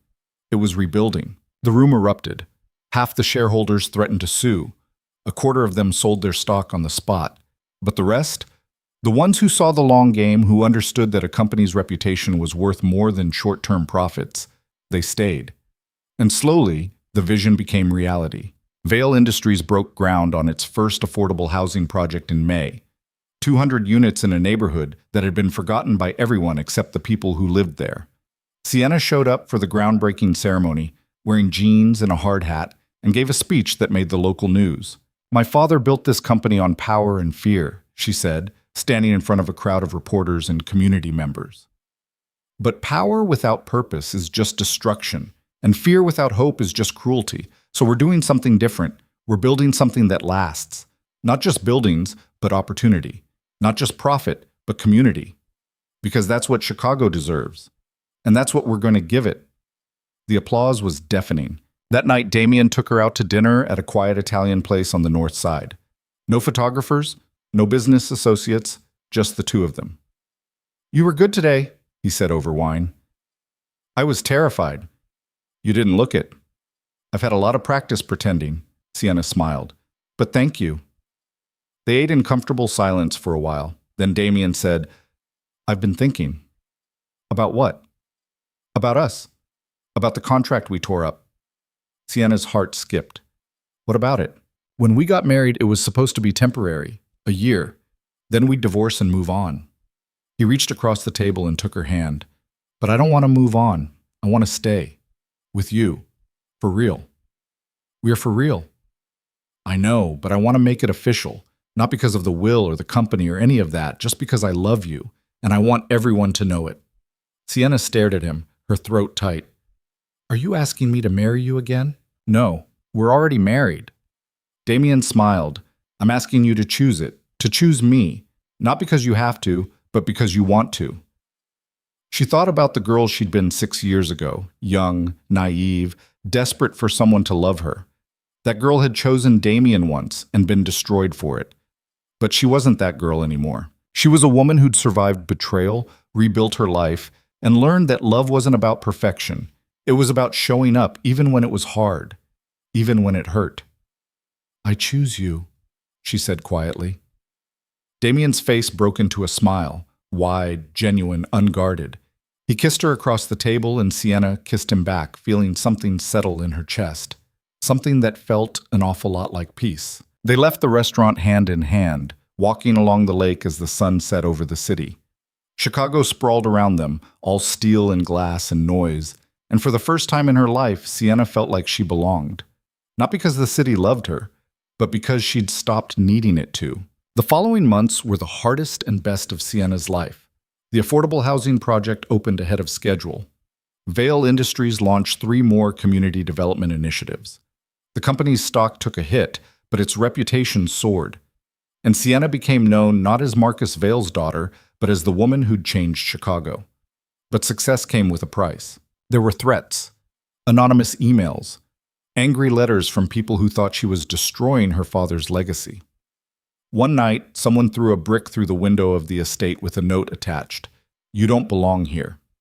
Damien wanted to hire more security. Sienna refused. "I'm not going to live my life afraid," she told him. "That's what they want.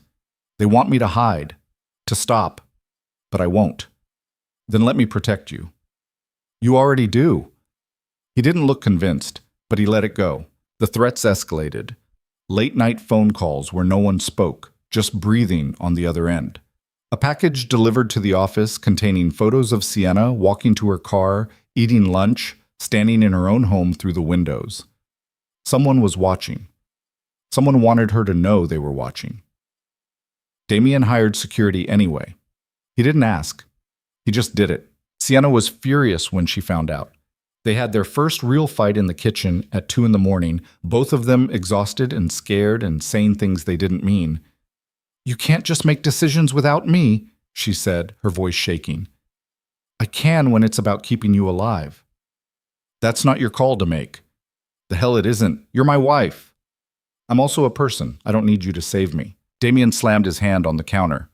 "I know you don't need me. You've made that abundantly clear, but I need you. And if something happens to you because I didn't do everything I could to protect you, I won't survive it." The raw honesty in his voice stopped her cold. Damien, I can't lose you, Sienna. I can't. His voice broke. So yeah, I hired security without asking, and I'd do it again. Because you're more important than my pride. You're more important than anything. Sienna stared at him. This man who'd once been paid to hurt her, who was now standing in their kitchen at 2 a.m. begging her to let him keep her safe. And she realized something. Letting him help didn't make her weak. It made her human. Okay, she said quietly. Okay? Keep the security, but next time we make these decisions together. Damien crossed the kitchen and pulled her into his arms. Together. I promise. They stood there for a long time, holding each other in the dark. And Sienna thought about what it meant to be strong. It didn't mean doing everything alone. It didn't mean never asking for help. It meant knowing when to fight and when to lean on the people who loved you. And she was finally learning the difference. In September, nearly a year after the wedding, Elliot's lawyer reached out. Her cousin wanted to see her. Sienna almost said no. But something made her agree. The federal prison was 2 hours south of Chicago, a sprawling concrete complex surrounded by chain-link fences and guard towers. Sienna sat in the visiting room, her hands folded on the table, waiting. When Elliot walked in, she barely recognized him. He'd lost weight. His hair was thinner. His eyes looked hollow, haunted. He sat across from her, cuffed at the wrists, and stared at the table. "Thank you for coming," he said finally. "Why did you want to see me?" Elliot was quiet for a long moment. Then he said, "I wanted to apologize." Sienna blinked. "What?" "I know it doesn't mean anything. I know I can't take back what I did. But I need you to know that I'm sorry." He looked up at her, and she saw something in his eyes she'd never seen before. Genuine remorse. "I was so angry. At your father. At you. At the whole world. And I let that anger turn me into something I hate." Sienna didn't know what to say. "You didn't deserve what I did to you," Elliot continued. "The leaks, the lies, the attempt to steal the company.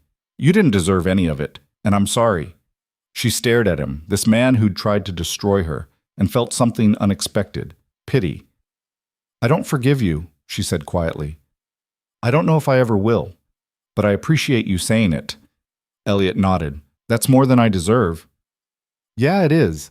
Sienna hesitated. "What are you going to do when you get out?" "I have 13 more years to figure that out." He gave a bitter laugh. "If I get out, my lawyer says I might be eligible for parole in 8 if I keep my head down. And then? And then I don't know.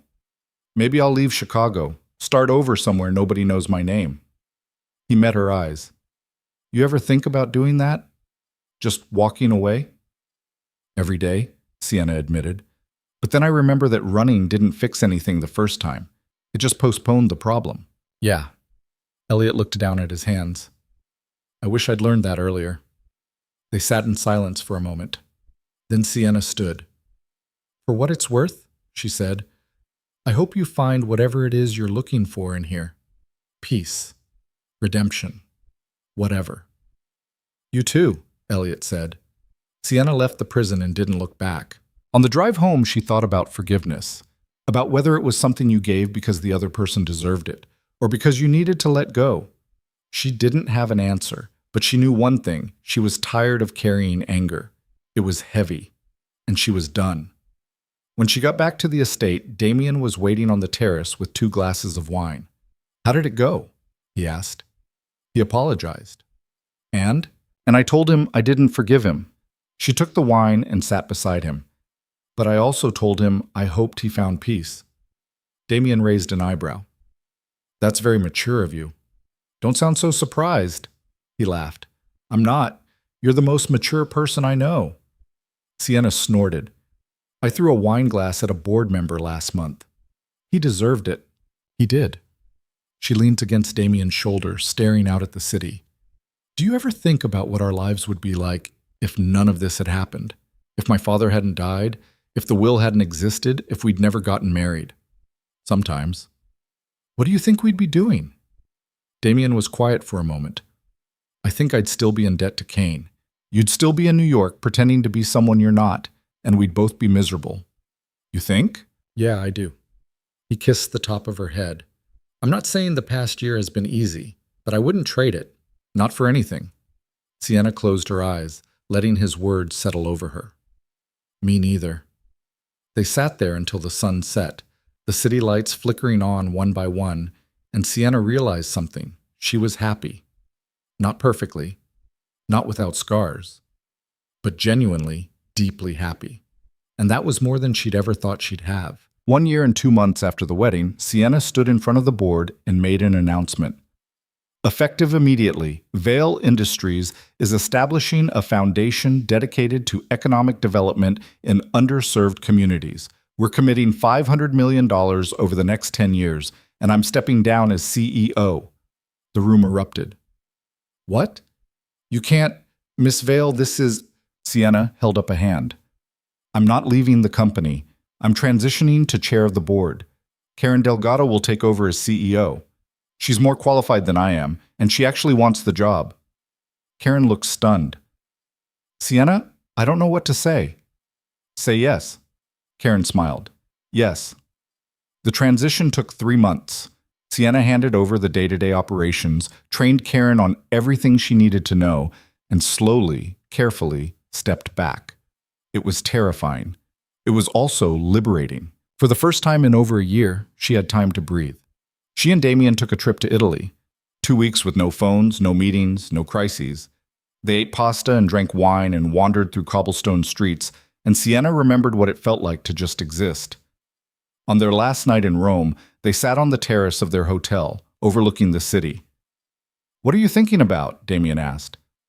I'm thinking I might want to go back to school. He looked surprised. For what? I don't know. Public policy? Maybe. Urban planning? Something that lets me actually understand how to fix the problems I see instead of just throwing money at them. You'd be good at that. You think? I know. Damien took her hand. You're good at everything you put your mind to. It's annoying. Sienna laughed. Says the man who rebuilt his entire business in 6 months. That was different. How? I had help. He squeezed her hand. From you. Sienna looked at him. This man who'd hurt her, saved her, loved her, and felt something shift. Something that had been tight and guarded for so long finally loosened. I love you, she said. Damien went very still. What? I love you. I should have said it months ago, but I'm saying it now. His eyes searched hers, like he was afraid this was a dream. You mean that? I mean it. He pulled her into his arms, holding her so tight she could barely breathe. I love you too. I never stopped. They stayed like that for a long time, wrapped in each other, the city glowing below them.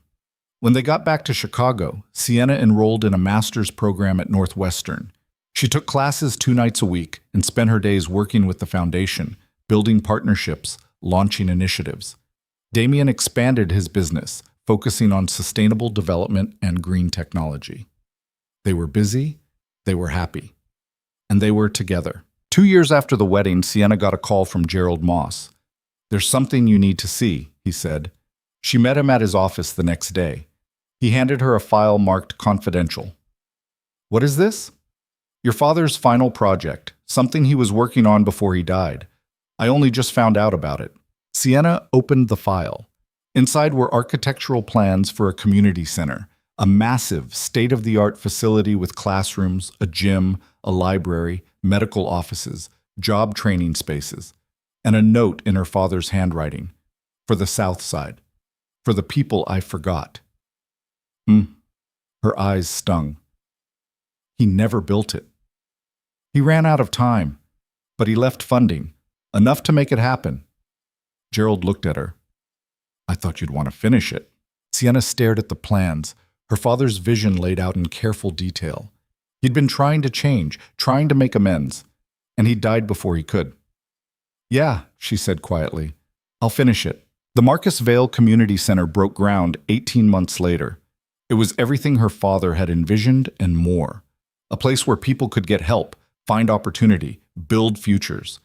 Sienna worked on every detail, from the paint colors to the programming, pouring her grief and love into something tangible. The night before the opening ceremony, she walked through the empty building with Damien.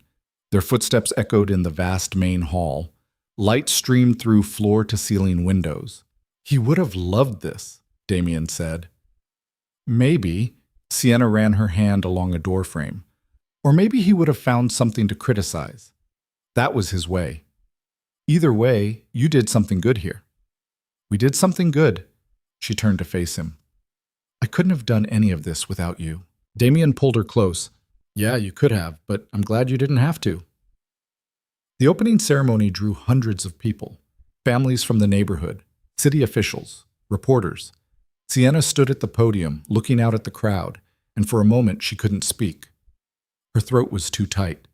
Then she found her voice. My father was a complicated man, she said. He did a lot of things wrong. He hurt people. He made choices that put power over compassion. But this was something he wanted to do right. So I'm dedicating this center not to the man he was, but to the man he was trying to become. And I hope that everyone who walks through these doors finds what they need. Hope, opportunity, a second chance. The applause was thunderous. Afterward, an older woman approached her. She had kind eyes and calloused hands. Miss Vale, she said, I just wanted to say thank you. My grandson, he's been struggling, dropped out of school, couldn't find work, but he signed up for the job training program here, and yesterday he got his first real job in 3 years. Her voice wavered. You gave him hope. You gave us all hope. Sienna's eyes filled with tears. That's all I wanted. The woman hugged her, and Sienna hugged her back, and for the first time she understood what her father had been chasing all those years. Not power, not control, legacy. The chance to leave the world a little better than he'd found it. He'd failed. But she wouldn't. 3 years after the wedding, Sienna and Damien renewed their vows. Not because they had to, not because anyone expected them to, but because they wanted to. It was a small ceremony, just close friends. Karen, Gerald, a few people from the foundation. They stood in the garden behind the estate, surrounded by flowers, and spoke vows they'd written themselves. I take you, Damien Cross, Sienna said, her voice steady. Not because I need you, but because I choose you. Because you've shown me that love isn't about being perfect. It's about showing up, even when it's hard, even when it hurts. And I promise to keep showing up for you for as long as we both live. Damien's voice was rough when he spoke. I take you, Sienna Vale, knowing that I don't deserve you, but also knowing that you don't care. You've given me more second chances than anyone has a right to, and I promise to spend the rest of my life proving that you were right to take the risk. I love you, I'll always love you, and I'm never letting you go. They kissed, and their friends cheered, and for a moment the world was perfect. Not flawless, not without scars, but perfect in the way real things are, messy, complicated, and absolutely worth it. That night, lying in bed, Damien asked her the question he'd been asking for months. Do you want kids? Sienna had been thinking about it, turning it over in her mind, trying to figure out if she was ready. Maybe, she said. Someday. Someday soon? Maybe. He smiled. I can work with maybe. 6 months later, Sienna found out she was pregnant. She told Damien over breakfast, handing him the test with shaking hands. He stared at it for a long moment. Then he looked up at her, his eyes shining. We're having a baby. We're having a baby. He pulled her into his arms, and Sienna let herself cry happy tears for the first time in what felt like forever. The pregnancy was hard. Morning sickness that lasted all day. Exhaustion, mood swings that made her want to scream.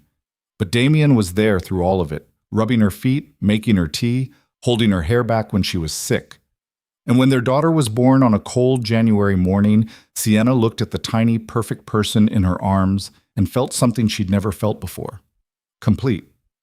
They named her Elena.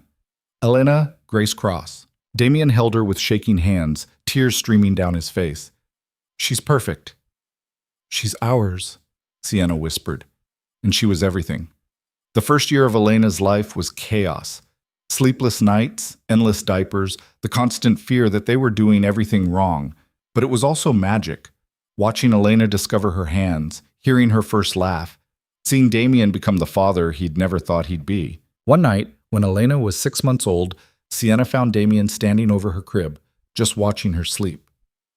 What are you thinking about? She asked quietly. I'm thinking about how lucky I am. He didn't take his eyes off Elena. 6 years ago, I was drowning in debt and bad decisions. I'd sold you out for money. I hated myself. And I was sure I'd never deserve anything good again. Damien, but then you came back. You gave me another chance. And now I'm standing here looking at our daughter, and I can't believe this is my life. He finally looked at Sienna, his eyes wet. Thank you for not giving up on me, for seeing something in me that I couldn't see in myself. Sienna crossed the room and took his hand. You did the work. You changed. That wasn't me. That was you. We did it together.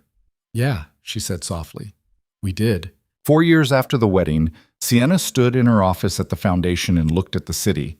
The skyline glittered in the afternoon sun. Down below, construction crews worked on the third community center. The affordable housing projects had expanded to 5 neighborhoods.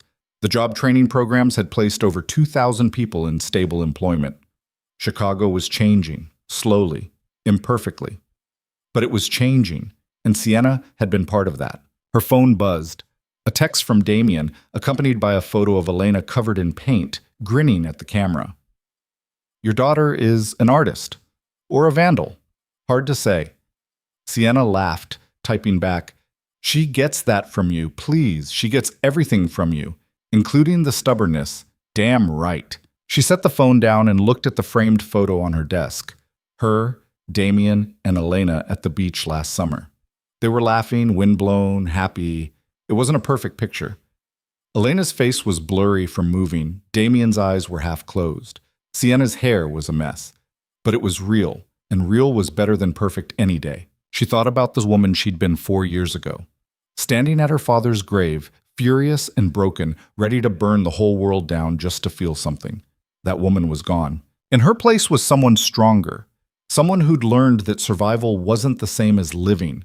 That power without purpose was meaningless.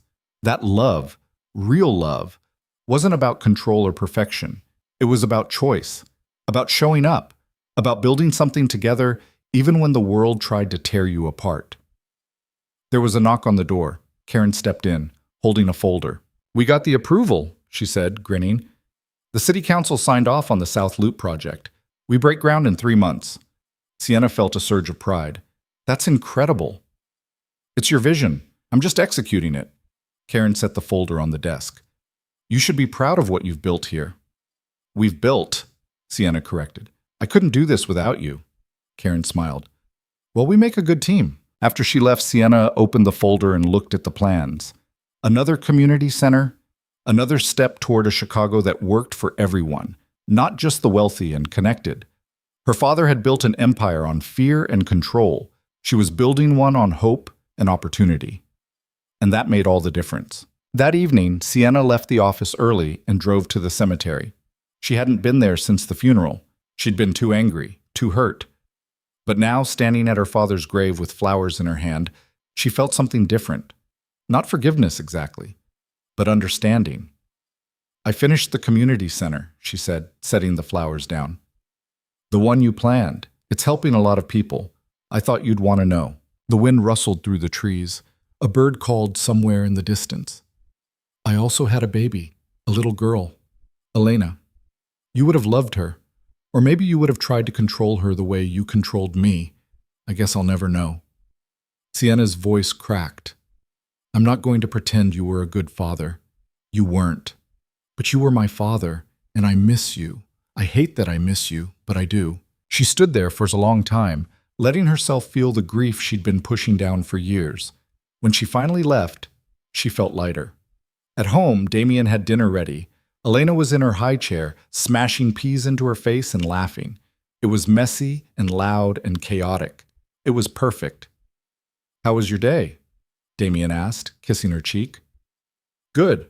I visited my father's grave. He paused. How did that go? Better than I expected. She picked up Elena, who immediately grabbed a fistful of her hair. I think I'm finally making peace with it all. Good. You deserve peace. That night, after Elena was asleep, Sienna and Damien sat on the terrace with glasses of wine, watching the city lights. Do you ever regret it? She asked. Marrying me? Taking on all this chaos? Damien looked at her like she'd lost her mind. Are you serious? I'm just asking. Sienna, You're the best thing that ever happened to me. This life, you, Elena, the foundation, all of it. This is everything I never knew I wanted. He took her hand. The only thing I regret is waiting 6 years to get my head out of my ass. She laughed. Fair enough. They sat in comfortable silence for a while. Then Damien said, I have something for you. He pulled a small box from his pocket and handed it to her. Sienna opened it. Inside was a key. What's this? A key to the lake house. I bought it last month. I was going to wait until your birthday, but I can't keep secrets from you. He looked nervous. I thought we could use a place to get away. Somewhere quiet. Just us and Elena. What do you think? Sienna stared at the key, her eyes filling with tears. I think it's perfect. Yeah? Yeah. She kissed him, and he kissed her back, and for a moment everything else fell away. 5 years after the wedding, Sienna stood at a podium in front of a packed auditorium at Northwestern, receiving an award for community leadership. She'd finished her master's degree. She'd transformed Vail Industries. She'd built something that mattered. But the moment that stuck with her wasn't the award or the applause. It was afterward, when a young woman approached her. Miss Vail, she said, I just wanted to say thank you. I grew up on the South Side. My family lost everything in the recession, but I got a job through the training program at your community center, and now I'm in college, business school. I want to do what you do, help people, build things. Sienna's throat tightened. What's your name? Maria. Maria Sanchez. Well, Maria, if you ever need advice or help, or just someone to talk to, you call me. Sienna pulled out a business card and wrote her personal number on the back. I mean it, any time. Maria's eyes widened. Really? Really? The girl hugged her, and Sienna hugged her back, and she thought about all the people her father had stepped on to build his empire, all the lives he destroyed in the name of profit and power. She was breaking that cycle, one person at a time. That night, lying in bed with Damien, she said, I think I finally figured out what I want to be when I grow up. He laughed. You're 29. You've already grown up. You know what I mean. Okay, so what do you want to be? I want to be the person who opens doors for other people, the way nobody ever opened them for me. She turned to face him. I want to build something that lasts, not just buildings or companies, but opportunity, hope, a legacy that actually means something. Damien smiled. You're already doing that. Then I want to do more. More? More community centers, more housing projects, more job training programs. I want to expand beyond Chicago, to other cities, other states. I want to prove that you can build an empire on compassion instead of cruelty. That's ambitious. Yeah, it is, she grinned. You in? Damien kissed her forehead. Always. And he meant it. Over the next 3 years, the foundation expanded to 6 cities. The community centers became models for public-private partnerships. Sienna was invited to speak at conferences, to advise mayors, to share her vision with people who were trying to make their own cities better. She was changing the world, not all at once, not perfectly, but she was changing it. Elena grew from a toddler into a bright, fierce little girl who asked a million questions and never took no for an answer. She had Sienna's eyes and Damien's smile, and she was afraid of nothing. One Saturday morning, when Elena was 4, she asked, Mama, why do you work so much? Sienna looked up from her laptop. Because I'm trying to help people.